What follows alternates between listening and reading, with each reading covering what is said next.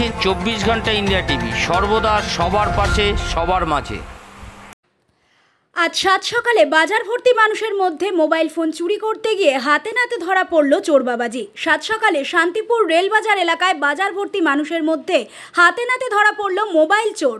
জানা যায় বাজারে এক ব্যক্তির পকেট থেকে মোবাইল ফোন নিয়ে পালাচ্ছিল দুজন, তার মধ্যে একজনকে হাতে নাতে ধরে ফেলে এলাকার মানুষ। খবর পেয়ে ঘটনাস্থলে যায় শান্তিপুর থানার পুলিশ। শেষমেশ এলাকার মানুষ পুলিশের হাতে তুলে দেয় চোরকে। এই চুরির পেছনে আর কেউ আছে কিনা তদন্ত করে দেখছে শান্তিপুর থানার পুলিশ।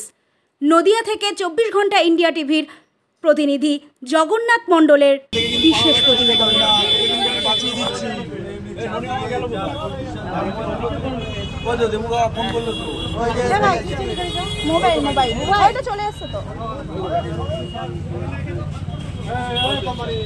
দাদা মারলো, আমি দেখে ভাগি গেল। দাদা বাইকে পালিয়েছে, দাদা মারলো আমাকে বাড়ি থেকে। আমার মোবাইল নিয়ে গেছে, কমপ্লেন দেবেন। হ্যাঁ, থানা কমপ্লেন দিয়েছি। এখন যদি ওরা থানায় যায় তাহলে তো বেরোবে, সব বেরিয়ে যাবে।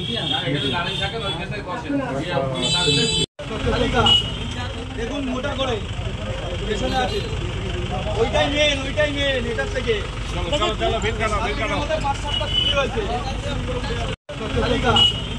দেখুন মোটা করে পেছনে আছে, ওইটাই মেন এটার থেকে।